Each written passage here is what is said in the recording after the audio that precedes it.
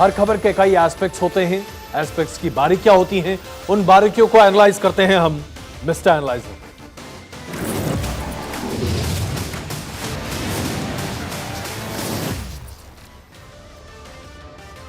Mister analyser में आज जिन मुद्दों को हम लेकर आपके सामने प्रस्तुत हुए हैं उसमें सबसे पहला विश्लेषण करेंगे। पिछड़े वर्ग को एक नया आयाम दिया था मुलायम सिंह यादव ने। मुलायम सिंह यादव आज इस दुनिया में नहीं है, लेकिन उत्तर प्रदेश में कैसे पिछड़ों की राजनीति को आगे बढ़ाया जा सकता था और कैसे एक पूरा प्रदेश यादव प्रदेश भी बना, इस पर भी करेंगे विश्लेषण। दूसरा बड़ा मुद्दा, क्या परमाणु बटन दबा सकते हैं राष्ट्रपति व्लादिमीर पुतिन? क्या युद्ध के कगार पर खड़ा है पूरा का पूरा विश्व? इसके बाद फिर बात करेंगे बांटने वाली राजनीति की। अब शब्दों की किस तरह से प्रधानमंत्री से लेकर आम जनता तक, यहां तक कि समुदाय विशेष तक जिन शब्दों का इस्तेमाल किया जा रहा है वो बताता है कि आज हमारे देश में विभाजनकारी नीति बड़े पैमाने पर चल रही है। इसको करेंगे एनालाइज। और फिर आखिर में बात करेंगे पश्चिम बंगाल की। ममता बनर्जी की सरकार मीडिया से क्या छिपाना चाहती है? क्यों नहीं जाने दिया जा रहा पत्रकारों को उन जगहों पर जहां आगजनी और बवाल मचा हुआ है? तो आज आपके सामने हम प्रस्तुत करने जा रहे हैं न सिर्फ एक श्रद्धांजलि एक ऐसे नेता को जिन्होंने उत्तर प्रदेश की राजनीति और देश की पूरी राजनीति को एक नया आयाम दिया, बल्कि मुलायम सिंह यादव जिन्होंने 82 साल की उम्र में आज इस पृथ्वी से अपना वास छोड़ा है। उन्होंने पूरे के पूरे उत्तर प्रदेश को एक नया आयाम दिया था। उनके निधन से आज एक ऐसा वैक्यूम है जिसे शायद ही कोई आदमी भर सकता है। ये एक ऐसी क्षति है जो भारतीय राजनीति में नहीं पूरी की जा सकती। मुलायम सिंह यादव न सिर्फ अखाड़े के माहिर थे, न सिर्फ एक अखाड़े के पहलवान थे, बल्कि आप उन्हें यूं कह सकते हैं कि राजनीति में ऐसे पहलवान बहुत कम देखने को मिलेंगे। समाजवाद से जिनकी शुरुआत होती है और वो 3 बार उत्तर प्रदेश के मुख्यमंत्री बनते हैं, देश के रक्षा मंत्री के तौर पर भी काम करते हैं और पूरे देश के साथ साथ उत्तर प्रदेश की रणनीति को एक नया आयाम देते हैं। लेकिन उनसे राजनीतिक करियर को अगर हम देखना चाहें तो कैसे एनालाइज करेंगे आप मुलायम सिंह यादव? 52 साल का उनका राजनीतिक करियर रहा है। 52 साल, 5 दशक, कोई छोटी सी बात नहीं है। 8 साल मुख्यमंत्री के तौर पर उन्होंने गुजारे, जिसमें 3 टर्म मुख्यमंत्री रहे। 2 साल देश के रक्षा मंत्री के तौर पर उन्होंने रखा। 21 साल सांसद रहे और 25 साल तक विधायक के तौर पर काम किया। अगर आप उनके राजनीतिक करियर को देखें तो ऐसे लोग बहुत कम हैं आज हिंदुस्तान में जो इतनी दक्षता के साथ अपना काम करें। मुलायम सिंह यादव पर वोटर का कितना विश्वास था, यह भी आप इस तरह से समझें कि मुलायम सिंह यादव ने अपने राजनीतिक करियर की शुरुआत 1964 में राम मनोहर लोहिया के साथ शुरू की थी। संयुक्त सोशलिस्ट पार्टी उन्होंने सबसे पहले ज्वाइन किया था। यह दौर था जब दक्षिण से लेकर उत्तर भारत में ओबीसी यानी कि अंडर प्रिविलेज्ड बैकवर्ड कास्ट को लेकर पूरे देश भर में एक नई राजनीति की संरचना हो रही थी। 1967 में सबसे पहले बैकवर्ड कास्ट को लेकर तमिलनाडु में राजनीतिक शुरुआत हुई और उस राजनीतिक शुरुआत को मुलायम सिंह यादव ने उत्तर प्रदेश तक कैसे पहुंचाया, यह हम आपको बताएंगे। उन्होंने अपनी विधायकी का पहला चुनाव 1967 में ही जीता था और तब उत्तर प्रदेश के विधानसभा में पहुंचने वाले वो युवा विधायक थे। युवा विधायक और युवा विधायक मुलायम सिंह यादव न सिर्फ पिछड़ा वर्ग का प्रतिनिधित्व कर रहे थे, बल्कि उन्हें पिछड़े वर्ग की एक बहुत अहम कड़ी के तौर पर देखा जाता है। यहां पर मैं कुछ बातें आपके सामने रखना चाहता हूं जो कि आमतौर पर विश्लेषण में आप नहीं देखेंगे। सबसे पहले जरा इस बात को समझिए, उत्तर प्रदेश की राजनीतिक जमीन पर किसका आधिपत्य था 60 और 70 के दशक में? कांग्रेस पार्टी पूरे तरीके से एक मजबूत पार्टी थी। कांग्रेस पार्टी के पास आजादी के बाद से सबसे बड़ा गढ़ अगर था तो उत्तर प्रदेश था। एक ऐसा प्रदेश जहां पंडित जवाहरलाल नेहरू से लेकर इंदिरा गांधी तक ने न सिर्फ अपने राजनीतिक वर्चस्व को बहाल रखा था, बल्कि उस पूरे प्रदेश में ब्राह्मणों का एक अलग स्थान था। सवर्ण राजनीति उत्तर प्रदेश की एक मिसाल थी, एक स्तंभ था और पिछड़ों और दलित वर्ग को एक तरह से हाशिए पर रखा जाता था। सवर्ण राजनीति का एक दूसरा अध्याय देखने को मिला उस वक्त जब इंदिरा गांधी ने यह तय पाया कि अगर ब्राह्मणों के साथ आप दलित को मिला दीजिए तो उत्तर प्रदेश की राजनीति में आपको कोई पछाड़ नहीं सकता। खास करके तब जब आपके पास अल्पसंख्यक समुदाय का वोट भी मिला हुआ है। यह एक ऐसा दौर था 70 का दशक, जहां पर अल्पसंख्यक राजनीति, दलित राजनीति और सवर्ण राजनीति को एक साथ मिला दिया जाता था और यह डेडली कॉम्बिनेशन था। इस कॉम्बिनेशन से बाहर निकलते हुए कोई सपने में भी यह नहीं सोचना था कि पिछड़े वर्ग का कोई व्यक्ति, और वो भी यादव जाति का एक समुदाय विशेष का व्यक्ति, देश की न सिर्फ राजनीति को बदल सकता है बल्कि सबसे बड़े प्रदेश उत्तर प्रदेश की राजनीतिक ध्रुवी को पूरे तरीके से 360 डिग्री टर्न कर दे। मुलायम सिंह यादव को यह श्रेय जाता है कि उन्होंने न सिर्फ उत्तर प्रदेश की राजनीति को प्रभावित किया बल्कि बिहार की राजनीति को भी बड़े पैमाने पर प्रभावित किया। कर्पूरी ठाकुर 1977 में बिहार के मुख्यमंत्री बने थे, लेकिन किसी को इस बात का अंदाजा नहीं था कि लालू प्रसाद यादव जिस राजनीतिक गद्दी पर बैठेंगे और जिस राजनीति को लेकर आगे चलेंगे, उसके पैरोकार के तौर पर या पुरोधा के तौर पर मुलायम सिंह यादव आगे खड़े रहेंगे। आज यही विश्लेषण हम आपके सामने रख रहे हैं। राजनीतिक प्रदेश हो या फिर केंद्र, हर जगह मुलायम सिंह यादव ने अपनी एक अलग हस्ती बनाई। 1977 में वो मंत्री बने थे और उस वक्त पिछड़े वर्ग का न सिर्फ प्रतिनिधित्व कर रहे थे बल्कि एक मजबूत स्तंभ के तौर पर उभर रहे थे। 1982 में विधान परिषद में नेता विपक्ष का उन्होंने पद संभाला। 1985 में जनता दल के प्रदेश अध्यक्ष के तौर पर उन्हें स्थापित किया गया और 1989 में पहली बार उत्तर प्रदेश के मुख्यमंत्री बने थे। उनके मुख्यमंत्री बनने की कहानी बड़ी जबरदस्त है, आपको बताऊंगा मैं। उत्तर प्रदेश में जब जनता दल की सरकार थी और उसके मुखिया मुलायम सिंह यादव थे, मुलायम सिंह यादव ने चौधरी चरण सिंह को अपने आदर्श के तौर पर देखा था, लेकिन कोई नहीं जानता था कि चौधरी चरण सिंह को मात देने के लिए, जी हां, चौधरी चरण सिंह को मात देने के लिए मुलायम सिंह यादव चंद्रशेखर की मदद से आगे बढ़ेंगे। अब यह कहानी आपके सामने। 1987 में चौधरी चरण सिंह का निधन हो गया। उत्तर प्रदेश में ओबीसी समाज की बहुत बड़ी जगह थी जो कि खाली हो रही थी और ओबीसी समाज को एक करने वाला कोई एक नेता नहीं था। तब मुलायम सिंह यादव सामने आए। चौधरी चरण सिंह का एक ही सपना था कि उनका पुत्र आगे बढ़े और उनकी पदवी या उनके स्थान को पाए। 1987 में चौधरी चरण सिंह के निधन के बाद चौधरी चरण सिंह की पार्टी दो धड़े में बढ़ चुकी थी। एक धड़ा मुलायम सिंह यादव के साथ खड़ा हो चुका था, दूसरा धड़ा चौधरी चरण सिंह के बेटे अजीत सिंह के साथ था। मुलायम सिंह यादव ने 1989 में अपने दल के साथ साथ वीपी सिंह की जनता दल को मिला लिया। वीपी सिंह के साथ मुलायम सिंह यादव की बहुत अच्छी बन नहीं रही थी। ऐसे में चेकमेट यानी कि शह और मात के खेल में मुलायम सिंह यादव ने पूर्व प्रधानमंत्री चंद्रशेखर के साथ मिलकर समाजवादी पार्टी की नींव रखी और उसे समाजवाद के आधार पर आगे बढ़ाया और फिर मुख्यमंत्री भी बने। 1990 का दौर भारतीय राजनीति के लिए बहुत अहम दौर था। यही वो वक्त था जब पूरे देश की राजनीति एक अलग ध्रुवी पर चल रही थी। वीपी सिंह उस वक्त प्रधानमंत्री हुआ करते थे और मंडल कमीशन को लागू करने की बात कर रहे थे। ओबीसी को सरकारी नौकरियों में 27% आरक्षण मिले, इसके लिए भारतीय राजनीति को पूरी तरीके से वीपी सिंह बदलने को तैयार बैठे हुए थे।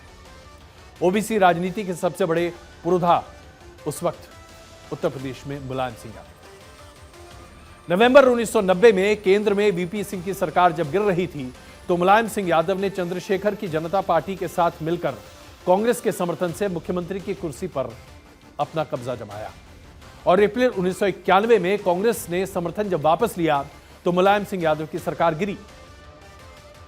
लेकिन इसके पहले बहुत बड़ा एक अध्याय निकला।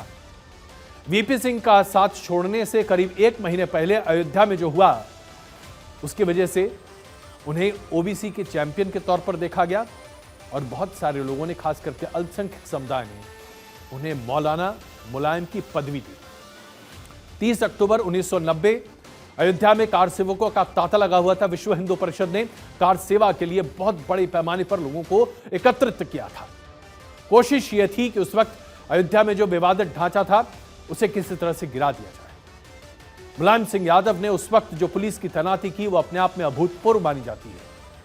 कोई ऐसा मुख्यमंत्री नहीं हो सकता था उत्तर प्रदेश में जो कार सेवकों के इतने बड़े हुजूम को अयोध्या में रोकने के लिए पुलिस के द्वारा गोली चलाने का आदेश दे। लेकिन मुलायम सिंह यादव को पता था कि अगर उनको अपनी राजनीति की दिशा आगे बढ़ानी है तो उन्हें वही करना पड़ेगा जो कांग्रेस ने किया था, यानी कि ओबीसी के साथ साथ मुलायम सिंह ने मुसलमान कार्ड भी खेला और इस गोलाबारी से कई कार्यसेवकों की जान गई। फौरी तौर पर उस वक्त 17 कार्यसेवकों की मारे जाने की बात सामने निकल कर आई।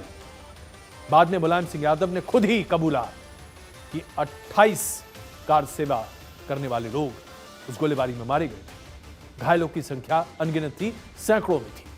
पूरे देश में हाहाकार मचा था और यह गोलीकांड वो आधार बना था जिससे आगे लेकर 1992 में लालकृष्ण आडवाणी ने रथ यात्रा निकाली थी।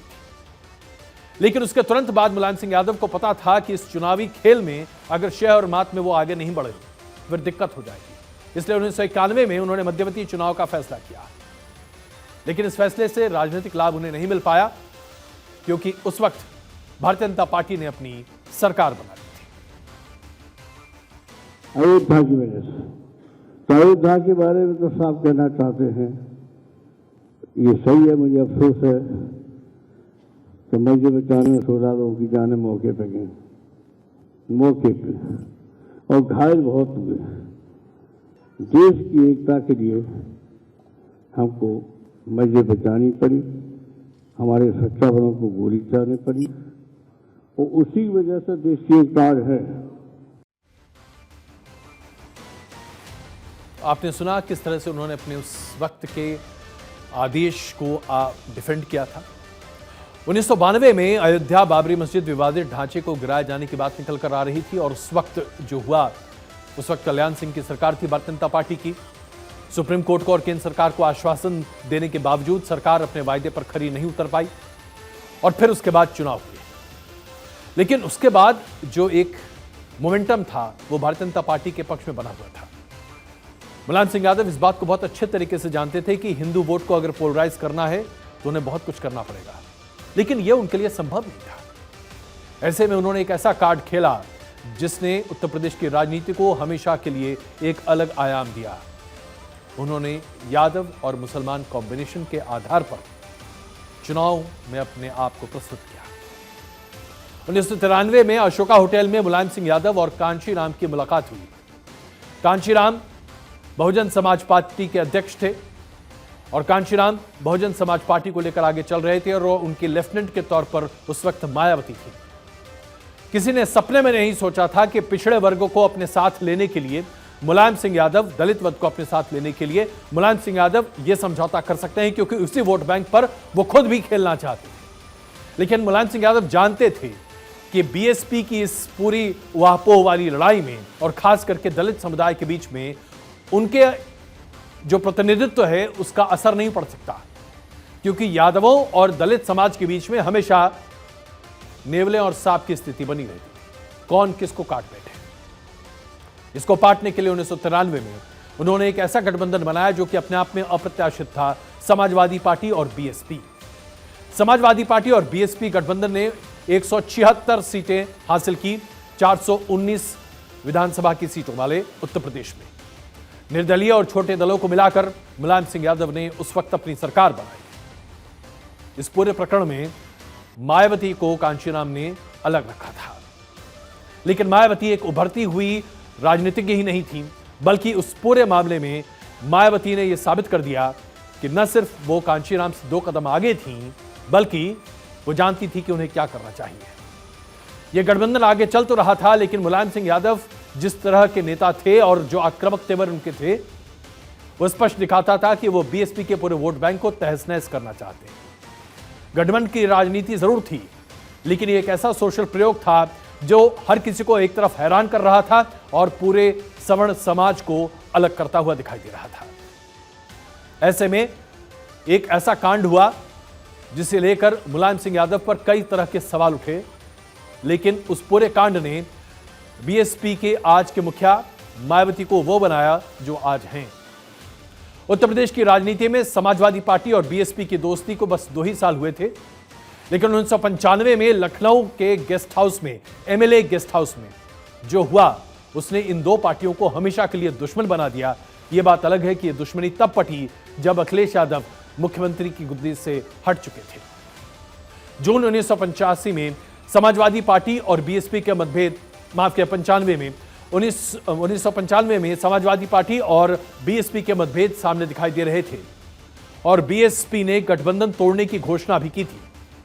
और यह घोषणा इसलिए की गई थी क्योंकि मायावती को इस बात का डर लग रहा था कि समाजवादी पार्टी के नेता मुलायम सिंह यादव उनके तमाम विधायकों को तोड़ने लगे हैं। समाजवादी पार्टी के कार्यकर्ता बहुत ही भड़के हुए थे। समाजवादी पार्टी के कार्यकर्ताओं ने लखनऊ में मीराबाई गेस्ट हाउस, जो कि एमएलए गेस्ट हाउस के तौर पर जाना जाता था, उसमें हमला बोल दिया। ऐसा लग रहा था जैसे कि अचानक बहुत ही बुरी स्थिति होती हुई दिखाई दे रही थी और उसमें एक कमरा नंबर 1 वो कमरा था जिसमें मायावती रुकी हुई थी।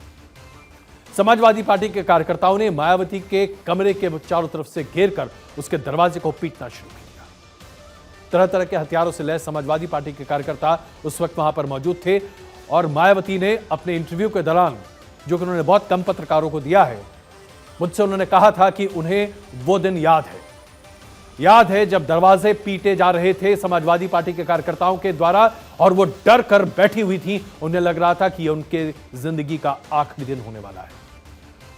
उस दिन के दरवाजे पीटने की घटना ने मायावती को हमेशा के लिए बदल कर रख दिया। मुलायम सिंह यादव ने मायावती के साथ हालांकि अपने संबंध हमेशा अच्छे रखे। यही एक पहलवान की सबसे बड़ी निशानी होती है, अपने विरोधी के साथ भी अच्छे संबंध रखना। इस बड़ी घटना के बाद बीएसपी ने लगातार आरोप लगाया कि समाजवादी पार्टी के कार्यकर्ताओं ने मायावती को जान से मारने की कोशिश की। आरोप यहां तक लगे कि मायावती जी के कपड़ों को भी फाड़ने की कोशिश की गई, हालांकि यह कभी सत्यापित नहीं हो पाया। मुलायम सिंह यादव राजनीति के हर मौसम में, हर पहचान में अलग ही तेवर में नजर आते थे। इसलिए 1995 में मुलायम सिंह यादव ने लखनऊ की गलियों को छोड़कर दिल्ली का रुख किया। लोकसभा में सांसद के तौर पर जब वो जीत कर आए और दिल्ली पहुंचे तो उन्होंने तीसरे मोर्चे की सरकार के गठन में अहम भूमिका निभाई, कांग्रेस को समर्थन भी दिया और इस सरकार में 1996 में मुलायम सिंह यादव रक्षा मंत्री के तौर पर स्थापित भी हुए। पहले रक्षा मंत्री थे जो सियाचिन पहुंचे, पहले रक्षा मंत्री थे जिन्होंने पाकिस्तान को बड़ा दुश्मन मानते हुए भी चीन को उससे बड़ा दुश्मन माना। शहीद जवानों का शर घर तक पहुंचाया जाए, यह आदेश रक्षा मंत्री के तौर पर ही मुलायम सिंह यादव ने दिया था। और सबसे बड़ी बात है, सुखोई 30 MKI, वो लड़ाकू विमान जो भारतीय वायुसेना की रीढ़ की हड्डी है, उस पूरी डील को रक्षा मंत्री के तौर पर मुलायम सिंह यादव ने ही किया था। सेना के किसी भी व्यक्ति से आप बात कर लीजिए, मुलायम सिंह यादव के गुण गाते लोग थकते नहीं हैं। लेकिन राजनीति का आकार वैसे ही बदलता रहा जैसे नेताजी ने अपनी रणनीति भी बदली। लोग बहुत प्यार से मुलायम सिंह यादव को नेताजी कहा करते थे, धरती पुत्र भी कहा करते थे। और 2002 के चुनाव के लिए उन्होंने उत्तर प्रदेश में एक बार फिर कदम रखा। 2002 से लेकर 2003 तक उन्होंने विधानसभा के चुनावों के लिए साइकिल पर यात्राएं की। एक बहुत जबरदस्त यात्रा जिसमें जन जन के साथ बैठकर, लोगों के साथ बैठकर उन्होंने अपने आप को न सिर्फ पुनर्जीवित किया बल्कि उत्तर प्रदेश की ध्रुवी पर समाजवादी पार्टी को हमेशा के लिए स्थापित भी किया। 6 राष्ट्रीय पार्टियां, 75 रीजनल पार्टियां और अपनी दावेदारी वहां पर आजमा रहे थे।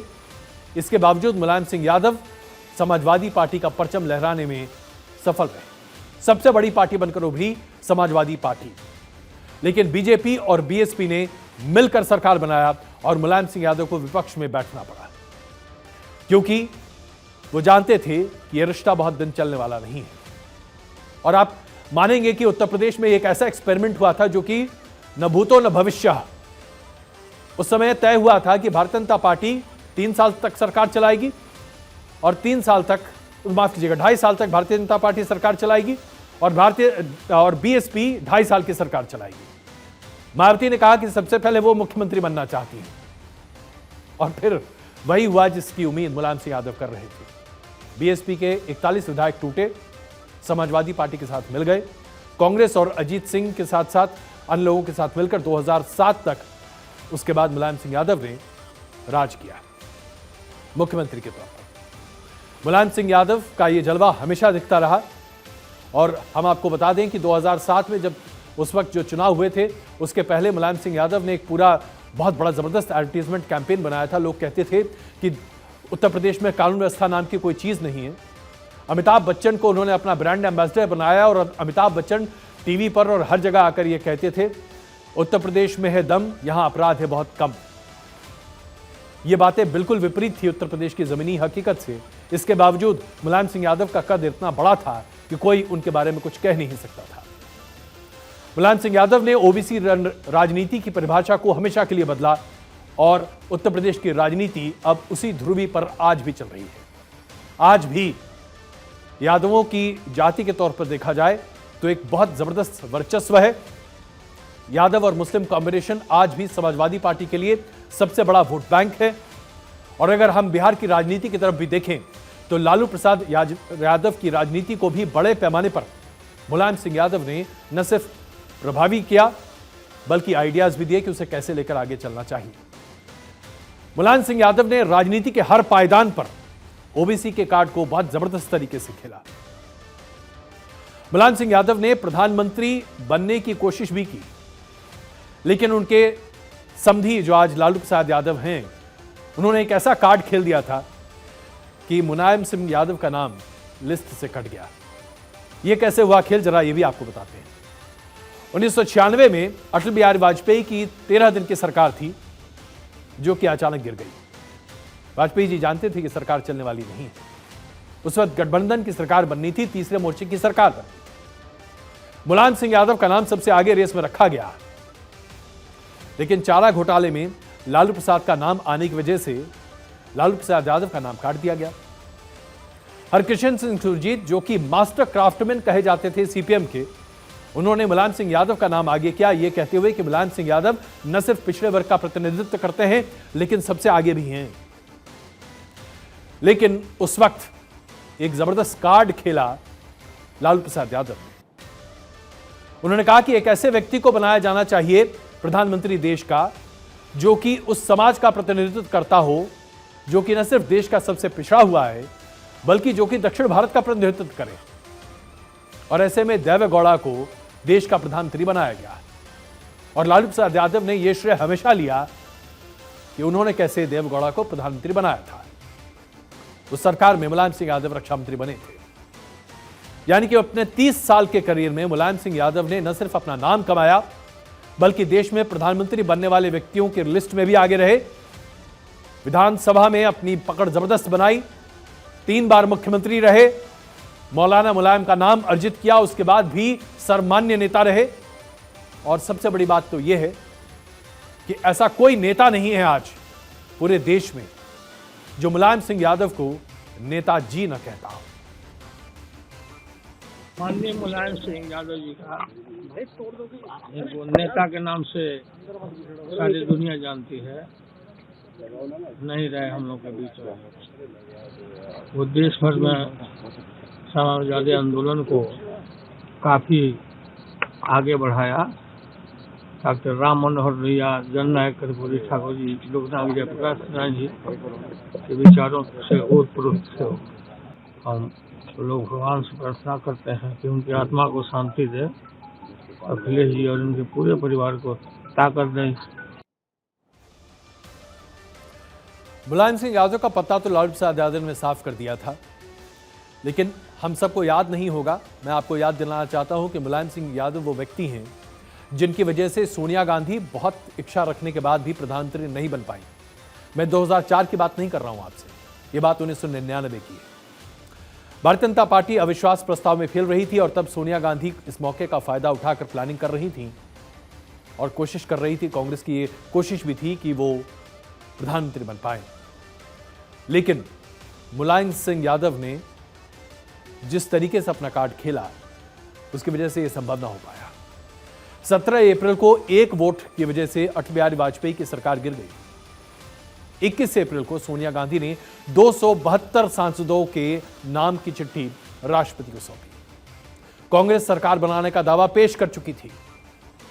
इस पर मुलायम सिंह यादव और ज्योति बसु दोनों को प्रधानमंत्री बनने का एक जो लालसा थी वो समय तक थी, लेकिन मुलायम सिंह यादव ने ऐन मौके पर पासा पलट दिया, जिसके वजह से कांग्रेस का सपना पूरा न हो पाया और सोनिया गांधी जो कि 1999 में प्रधानमंत्री बनने के लिए पूरी तरह से तैयार थीं, प्रधानमंत्री नहीं बन पाई। और वो दिन रहा और उसके बाद से सोनिया गांधी ने मुलायम सिंह यादव से कभी सीधे मुंह बात नहीं की। यह बात अलग है कि मुलायम सिंह यादव ने कई मौकों पर यूपीए सरकार को जीवनदान दिया। 2012 में उत्तर प्रदेश में समाजवादी पार्टी की पूर्ण बहुमत की सरकार बनी थी, जिसने 2007 के बीएसपी के रिकॉर्ड को भी तोड़ा था। लेकिन 2014 में भारतीय राजनीति को पूरे तरीके से एक अलग आयाम भी मिला, जब भारतीय जनता पार्टी ने पूर्ण बहुमत की सरकार बनाई और उस वक्त देश के मौजूदा प्रधानमंत्री नरेंद्र मोदी ने प्रधानमंत्री की शपथ ली। मुलायम सिंह यादव नरेंद्र मोदी के विरुद्ध हमेशा तौर पर रहे, लेकिन जीत की शुभकामना देने के लिए मुलायम सिंह यादव खुद ही आगे बढ़े। मैं प्रधानमंत्री जी को बधाई देना चाहते हैं। प्रधानमंत्री जी, आपने भी सबसे मिलजुल करके और सबका काम किया है। ये सही है कि हम जब मिले किसी काम के लिए कहा तो आपने उसी पर ऑर्डर किया। ये मैं आपका यहाँ पर आदर करता हूँ, सम्मान करता हूँ कि प्रधानमंत्री जी ने सबको लेके चलने का पूरा प्रयास किया और आपने जिस सभा को चलाया है और सबको खुश रखना बड़ा कठिन काम है, लेकिन फिर भी आपके खिलाफ कोई नहीं बोलता है, न आप पर कोई टिप्पणी करता है। इसे विशेषकर बधाई और धन्यवाद आपको देता हूँ। और मैं चाहता हूँ, मेरी कामना है कि जितने माननीय सदस्य हैं दोबारा फिर जीत जाए। ये हमारी इच्छा है तो ये सब कामना। और तो ये भी चाहता हूँ, हम लोग तो इतना बहुमत नहीं आ सकते हैं, प्रधानमंत्री जी आप फिर बने प्रधानमंत्री। इसको कहते हैं एक ऐसा राजनीतिज्ञ जो कि अखाड़े में भी उतना ही बड़ा पहलवान था और संसद में भी उतना ही बड़ा पहलवान था। प्रधानमंत्री नरेंद्र मोदी को बधाई भी दी, चुटकी भी ली, लेकिन ये एक अलग किस्म की राजनीति थी। ये अलग लोग थे साहब, जो अपने विरोधी को भी गले लगाकर आगे चलते थे। शायद अभी राजनीति का दौर खत्म हो चुका है, लेकिन प्रधानमंत्री नरेंद्र मोदी इस बात को बखूबी जानते हैं कि राजनीति में कभी कोई विरोधी नहीं होता। मुलायम सिंह यादव के लिए प्रधानमंत्री नरेंद्र मोदी ने हमेशा अपने बोल बहुत अच्छे रखे। आज भी उन्होंने इसी शिष्टाचार का पालन किया। मुलायम सिंह यादव जी का निधन हो गया है। मुलायम सिंह यादव जी, उनका जाना देश के लिए एक बहुत बड़ी क्षति है। आदरणीय मुलायम सिंह जी को गुजरात की इस धरती से, मां नर्मदा के तट से उनको आदरपूर्वक भावभीनी श्रद्धांजलि देता हूं। मैं ईश्वर से प्रार्थना करता हूं कि उनके परिवार, उनके समर्थकों को ये दुख सहने की शक्ति दे। इसमें कोई शक नहीं है कि आज देश ने एक ऐसे नेता को खोया है जिन्होंने अपने राजनीतिक भविष्य को भी बहुत आगे लेकर जाने की कोशिश की, अपने बेटे को भी राजनीति में पूरी तरीके से स्थापित किया, विरोधियों का मन मोहा और उनके साथ आगे बढ़े। मैं 1996 के एक प्रकरण को आपके सामने रखना चाहता हूं। उस वक्त मैं रिपोर्टिंग किया करता था और 1996 के लोकसभा के चुनाव में उनकी एक सभा में मैं आमंत्रित था। और उस वक्त छोटा सा स्मरण है लेकिन, और यह बताता है कि एक बड़े नेता की पहचान क्या होती है। हम सब लोगों को बुलाया गया था और सैफई में हम लोग मौजूद थे। वहीं पर बहुत बड़ा समारोह था, एक बहुत बड़ी रैली को आयोजित किया गया था और नेताजी उसे संबोधित करने वाले थे। रात में तकरीबन 8, साढ़े 8 बजे हम लोग सैफई पहुंचे थे। ठहरने की जगह ऐसी थी कि क्या बताएं। उस वक्त 1996 में बहुत अच्छे होटल्स वगैरह नहीं हुआ करते थे। हम सब एक छोटे से गेस्ट हाउस में रुके थे। रात के 11:30 बजे मुलायम सिंह यादव हर पत्रकार के दरवाजे पर, जो अपने अपने कमरे में रुके हुए थे, खटखटाकर सबसे मिलने पहुंचे। जब मुझसे उन्होंने मुलाकात की तो कहा, बहुत यंग लगते हो भाई तुम, कब से काम करना शुरू किया है? परिवार के बारे में जानने की कोशिश की समझने की कोशिश की कि किस परिवेश से आता हूं, और उसके बाद उन्होंने कुछ बातें कहीं जो आज भी मेरे जहन में है। उन्होंने मुझे यह कहा कि अगर रिपोर्टिंग करने नीचे जमीन पर उतरते हो तो उस कॉमन मैन की तरह, उस आम आदमी की तरह उतरकर बात करो जिसके लिए सिर्फ उम्मीदें हैं, जो एक राजनेता को सिर्फ ये कहते हुए और सुनना चाहता है कि वो सपने क्या दिखा रहा है। इसलिए राजनेताओं को, अपने तमाम कार्यकर्ताओं को और अपने श्रोताओं को सपने दिखाना चाहिए, और राजनेताओं को इसके लिए कभी आंकना मत, एक रिपोर्टर के तौर पर। कई स्मरण है, लेकिन इसमें कोई शक नहीं है कि मुलायम सिंह यादव एक ऐसी शख्सियत जिसे हर कोई मिस करेगा। हम यहां पर एक छोटा सा ब्रेक ले रहे हैं, लेकिन ब्रेक के बाद हम बात करेंगे यूक्रेन युद्ध के आगे क्या स्थिति बन रही है। क्या परमाणु युद्ध वाकई में एक वास्तविकता है?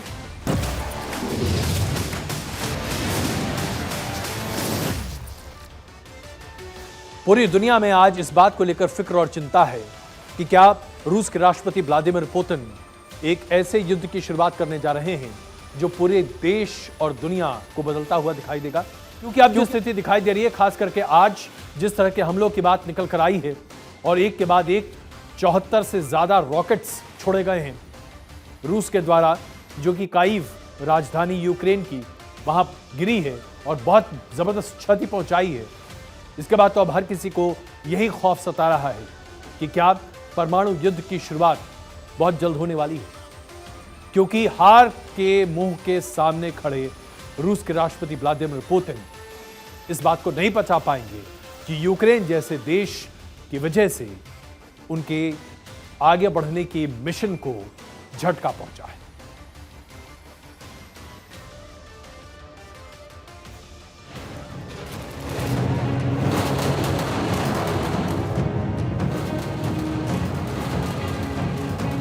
पुतिन का पारा हाई, यूक्रेन की शामत आई, एक के बाद एक कीव पर 75 मिसाइल गिराई, आम लोगों की भी जान पर बनाई।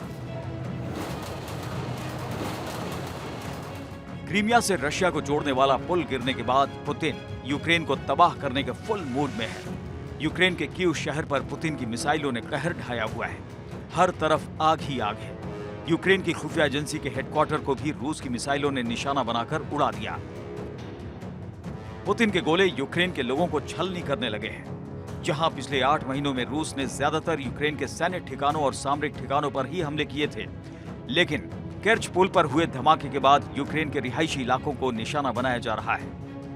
अपनी सेना के गिरते मोराल को देखते हुए पुतिन ने युद्ध में फिर से धार लाने के लिए यूक्रेन पर जबरदस्त हमले शुरू कर दिए, और पुतिन ने यूक्रेन के खिलाफ चलाए जा रहे स्पेशल मिलिट्री ऑपरेशन के ज्वाइंट ग्रुप ऑफ फोर्सेज की कमान नए जनरल सर्जेई सुरोविकिन को सौंपी है, जो सीरिया में कारपेट बॉम्बिंग के लिए मशहूर था और जिसने सीरिया में युद्ध की हवा बदल दी थी।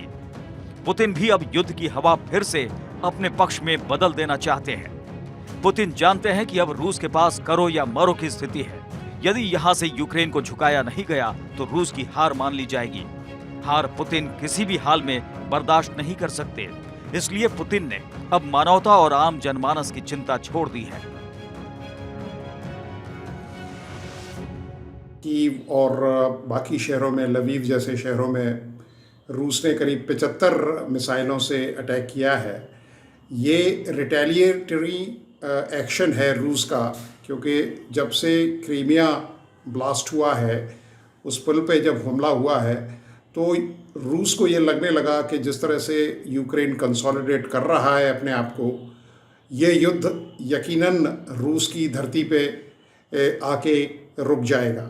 तो इसी के रिटेलिएशन में आज रूस ने यूक्रेन को सबक सिखाने के लिए अपनी लॉन्ग रेंज आर्टिलरी और मिसाइल से ये हमले किए हैं। वहीं यूक्रेनी राष्ट्रपति ज़ेलेंस्की ने कहा है कि देश भर में हुए हमलों में कई लोग मारे गए और कई घायल हुए हैं। ज़ेलेंस्की ने कहा है कि रूसी हमलों ने यूक्रेन के ऊर्जा बुनियादी ढांचे को निशाना बनाया है, लेकिन हम रूसी हमलों को लगातार नाकाम कर रहे हैं। इस युद्ध में यूक्रेन किसी भी तरह से रूस को हरा नहीं पाएगा, क्योंकि रूस बहुत ही मजबूत देश है यूक्रेन के मुकाबले।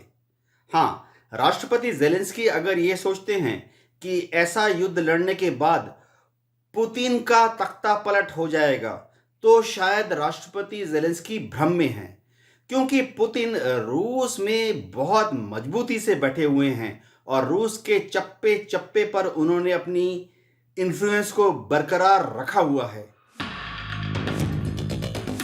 कीव पर रूस ने 26 जून के बाद कोई हमला नहीं किया था, लेकिन जैसे ही 8 अक्टूबर को अजोस सागर से ब्लैक सी को जोड़ने वाले यूरोप के सबसे लंबे पुल पर खड़े विस्फोटक से भरे एक वाहन में धमाका हुआ, तो पुतिन ने पुल धमाके को आतंकी हमला करार देते हुए इसके लिए यूक्रेन और यूरोप पर आरोप लगाए।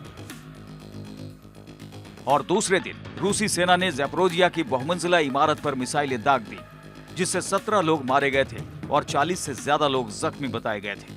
और अब पुतिन ने यूक्रेन के कीव में मिसाइल हमले करके ये साफ कर दिया है कि या तो युद्ध का अंत होगा या महायुद्ध की शुरुआत हो गई है।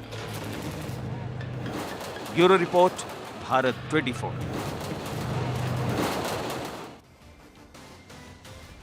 यह खबर पूरे देश भर के लिए इसलिए महत्वपूर्ण है क्योंकि इसके एनालिसिस से हम आपके सामने ये प्रस्तुत करेंगे कि आज हमारे देश में अपशब्दों की राजनीति कितनी जबरदस्त है और कैसे ये कोशिश की जा रही है कि चाहे प्रधानमंत्री की बात हो, देश की बात हो, सांप्रदायिक सौहार्द की बात हो, इसे तार तार करने में हमारे राजनेता कहीं पीछे नहीं।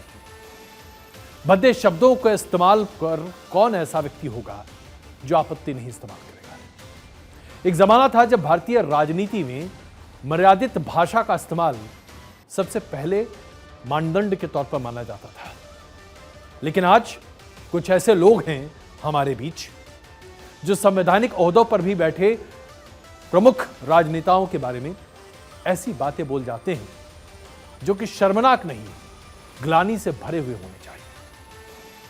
गुजरात में आम आदमी पार्टी के प्रदेश अध्यक्ष गोपाल इटालिया ने प्रधानमंत्री नरेंद्र मोदी पर जिन शब्दों का इस्तेमाल किया, उससे न सिर्फ बेशर्मी झलकती है बल्कि यह बात स्पष्ट हो जाती है कि मानसिक दिवालियेपन से भी ज्यादा नीचे गिर चुके हैं ऐसे नेता। आप कहेंगे फिर ऐसे नेता के बारे में हम चर्चा क्यों कर रहे हैं?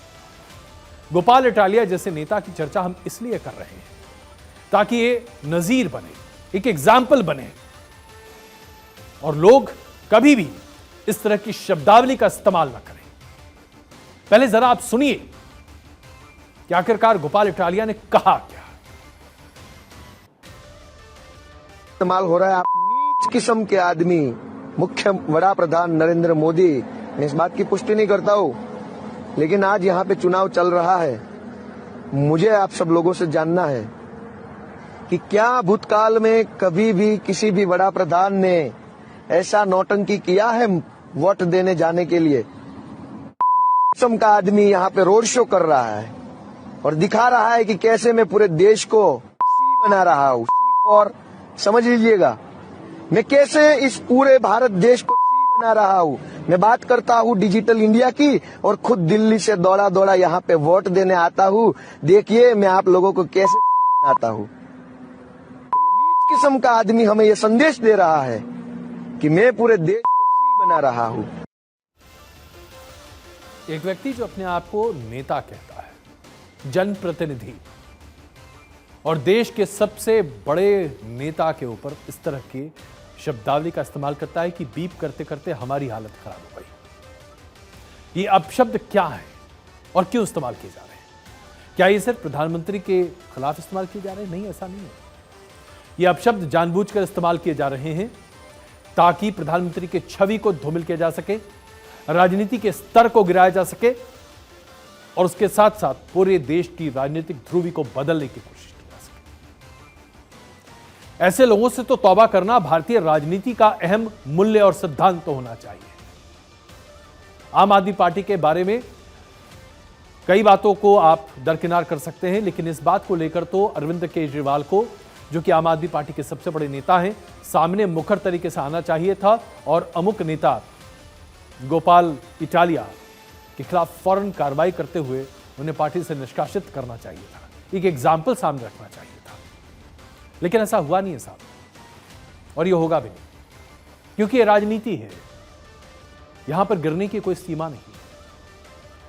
लेकिन एक तरफ जहां हम बात कर रहे हैं ऐसे नेता की, गोपाल इटालिया जैसे, जो प्रधानमंत्री जैसे शख्सियत के बारे में इस तरह की शब्दावली का इस्तेमाल कर रहे हैं, वहीं उनके बारे में भी चर्चा करनी पड़ेगी, जो मौजूदा तौर पर सांसद या विधायक हैं, लेकिन एक समुदाय विशेष के बारे में कुछ ऐसी टिप्पणियां करते हैं जिसे सुनने के बाद आपके तन बदन में आग लग जाए।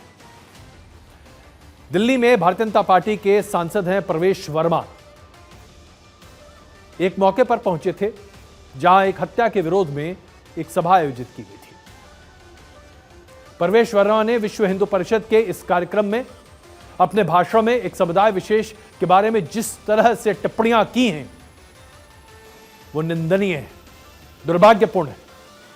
एक सांसद के मुंह से इस तरह की बातें कतई शोभा नहीं देती और शायद उन्हें ऐसे मौके के बाद सांसद बने रहने का अधिकार भी नहीं होना चाहिए। प्रवेश वर्मा ने जो विवादित बयान दिया उसकी कुछ टिप्पणियां, उनके कुछ अंश मैं आपके सामने रख रहा हूं। उन्होंने कहा जहां जहां ये आपको दिखाई दें, ये विद इन इन्वर्टेड कॉमा, मैं कहता हूं अगर आपका दिमाग ठीक करना है, अगर आपको इनका दिमाग ठीक करना है तो एक ही इलाज है और वो है संपूर्ण बहिष्कार। आप इस बात से सहमत हो? हाथ खड़ा कर कर बोलो कि आप इस बात से सहमत हो। अगर आप इस बात से सहमत हो तो हाथ उठाकर बोलो कि आप इन सब का बहिष्कार करने वाले हो। कहो कि हम इनका संपूर्ण बहिष्कार करेंगे, हम इनकी दुकानें, रेवड़ियों से सामान नहीं खरीदेंगे, हम इनको मजदूरी का काम नहीं करते। ये जो भाषा है, ये जो शैली है, जिस विशैली भाषा का इस्तेमाल प्रवेश वर्मा ने किया है, क्या ये कहीं भी किसी भी तरीके से जायज ठहराया जा सकता है? क्या देश का सांसद इस भाषा का इस्तेमाल कर सकता है? जरा इनकी बात देखिए। जहां जहां ये आपको दिखाई दे, मैं कहता हूं अगर इनका दिमाग ठीक करना है, इनकी तबीयत ठीक करनी है तो एक ही इलाज है, वो है संपूर्ण बहिष्कार। आप इस बात से सहमत हो? हाथ खड़ा करके बोलो सहमत हो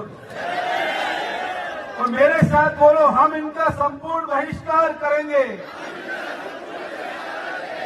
हम इनके दुकान, रेडियो से कोई सामान नहीं खरीदेंगे, हम इनको कोई मजदूरी नहीं देंगे। आप एक काम कर लेना बस, यही इनका इलाज है। तो आज इतनी संख्या में आप आए हैं, पानी के अंदर बैठे हैं। जब पूछा गया सांसद महोदय से कि आपने ये बयान क्यों दिया, क्या ये समुदाय विशेष के प्रति नहीं है, तो उन्होंने कहा कि ये बयान मैंने उनके लिए दिया है जिन्होंने उस कार्यकर्ता की हत्या की है। भाई हत्या के खिलाफ तो पुलिस कार्रवाई करेगी। सांसद साहब, आपके ये बयान से लोग क्या समझ रहे हैं ये आप भी अच्छे से जानते हैं और हमारे दर्शक भी। भड़काऊ बयानबाजी देने वाले प्रवेश वर्मा अकेले भारतीय जनता पार्टी के सांसद नहीं है। भारतीय जनता पार्टी के लोनी के विधायक नंद किशोर गुर्जर 2 कदम आगे हैं।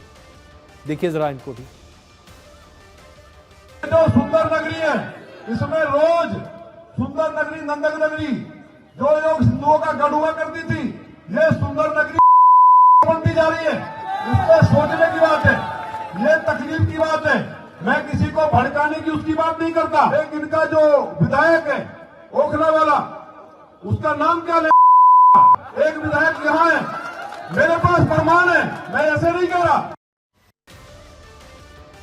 जब तक इस तरह की शब्दावली का इस्तेमाल भारतीय राजनीति में भारतीय राजनेता करते रहेंगे, तब तक समाज में अराजकता फैलती रहेगी। चाहे संवैधानिक ओहदों पर बैठे गणमान्य राजनेता हों या फिर सांप्रदायिक सौहार्द को तार तार करने वाले इस तरह के बयान। भाषा पर अगर नियंत्रण नहीं है तो देश कभी एकजुट होकर नहीं आगे बढ़ सकता। और कुछ यही आज बंगाल में होता हुआ दिखाई दे रहा है। हिंसा का एक अभूतपूर्व दौर है बंगाल में। ममता बनर्जी चुपचाप बैठी हुई हैं, लेकिन बंगाल में जबरदस्त हिंसा है और सांप्रदायिक रंग ले चुका है। सबसे बड़ी बात तो यह है कि पश्चिम बंगाल की सरकार ने पत्रकारों को पूरी तरीके से प्रतिबंधित कर दिया है कि वो इस पूरे इलाके में जा ही नहीं सकते हैं जहां सांप्रदायिक सौहार्द को तार तार किया जा रहा है। मीडिया कवरेज से हिंसा फैलती है, तस्वीरें इस तरह की हिंसा को भड़काती हैं, ये सरकार बोल रही है। जरा सोचिए, तथ्य लोगों के सामने ना आ पाए, आम जनता को पता नहीं पड़े कि सरकार की कारगुजस्तियां क्या हैं, पुलिस की नाकामियां क्या हैं, और एकम मुख्य पार्टी के कार्यकर्ता दूसरे पार्टी के कार्यकर्ताओं को किस तरह से दौड़ा दौड़ा कर पीट रहे हैं। इसे बचाने के लिए तृणमूल कांग्रेस के मुखिया ममता बनर्जी इस तरह का स्वांग रच रही है। मीडिया को जाने से क्यों रोक रही है ममता बनर्जी? यह सवाल अपने आप में बड़ा दीगर है। बंगाल से जो तस्वीरें आ रही हैं उसे केवल ट्वीट के जरिए समझा जा पा रहा है, क्योंकि यह वीडियो ट्वीट किया जा रहा है। और इन वीडियो को देखिए, बंगाल के दो समुदाय के बीच में जबरदस्त हिंसा मची हुई है।